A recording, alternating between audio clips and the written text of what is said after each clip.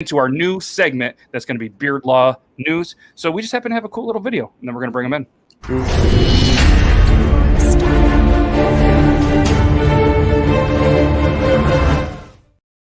So everybody, welcome Brandon. Hey! What's up, Brandon? What's going on, man? And it's 9:05 Eastern Time, 8:05 Central. I'm Brandon McDermott with Beard Law News.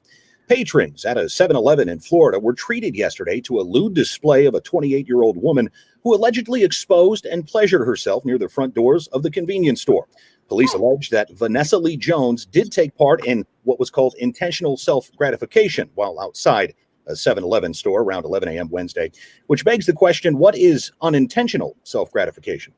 Jones was arrested for lewd and lascivious exhibition, which is a felony in her state. Her court date is pending, but officials say she'll likely be handcuffed to avoid an outburst of similar acts at trial. And a trip to the Golden State, where Lorenzo Marujo might be a small person standing less than 5 feet tall, but on Monday night, the 67-year-old proved she can pack a punch. According to police, Marujo confronted her intruder while he broke into her apartment. Marujo, who has 26 years of martial arts training, said he grabbed me and he shook me. Yet another satisfied AC/DC fan. But the story ends in a happy place where the woman was allegedly beating the man with her cane after he came into her apartment, caused him to run away with a story he'll never share with anyone. That is, if he wants to keep his dignity. And construction worker Justin Driscoll brought claims of retaliatory termination and wrongful discharge in violation of North Carolina common law. He alleged there were two reasons his boss fired him: because of complaints about his supervisor's drinking and a fight they had, and because his employer believed that he would file a workers' compensation claim due to his injuries from the fight with his boss. A federal appeals court has ruled that the employee who was attacked and fired is entitled to more than $1 million in damages and legal costs. The second prize was a pack of steaks. And Americans have reported drinking alcohol more frequently and in higher quantities since last year. That, according to a study published in the American Journal of American Medicine. The greatest changes were among women and people 30 to 59 years old. On average, alcohol was consumed 1 day or more per month by 3 out of every 4 adults. Frequency of alcohol consumption for women increased by nearly 20%. Heavy drinking among women, 4 or more drinks every few hours, spiked 41% since last year. And adults aged 30 to 59 years increased their drinking by 20% since 2019. After hearing the news, Americans everywhere are yelling, "Duh, have you seen 2020? Facts. And Luke Keys has always loved Halloween. Every year, the software engineer and his wife create a haunted science lab in their garage for kids in their Texas neighborhood to explore. But wanting to encourage social distancing this year, Keys decided to scrap those plans and focus on a backup, a candy-delivering robot. A longtime robotics enthusiast, Keys began building his robot named Artie 8 years ago out of Lego bricks and a Roomba. But there have been several changes to Artie over the years. But the robot now measures more than 6 feet tall and he weighs about 300 pounds. Made out of a power wheelchair and some leftover boat shed, several cameras, and a lot of wood. And it's controlled with an Xbox controller. This is a great idea and certainly an upgrade from my idea of shooting candy with a slingshot from my porch. I think that worked. Sports news. Back in March, Miami University of Ohio sent Bozeman High School of Montana a letter asking it to change its logo, given the fact that a copyright on the similar logo.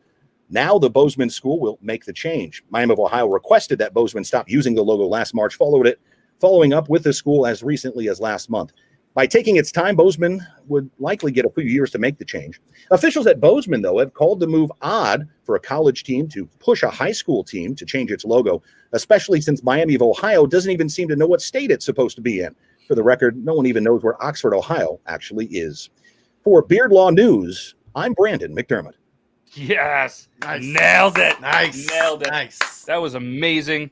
And obviously, guys, so Brandon, we're going to put you on the big screen and he'd watch Can that. you narrate my next intentional, what was it you called it? Unintentional self-gratification. Okay, so can you narrate my next intentional self-gratification? Do you have 10 seconds free tomorrow? 5. All I need is 5. 9. It's been 6 weeks for me. All I need is 5 seconds.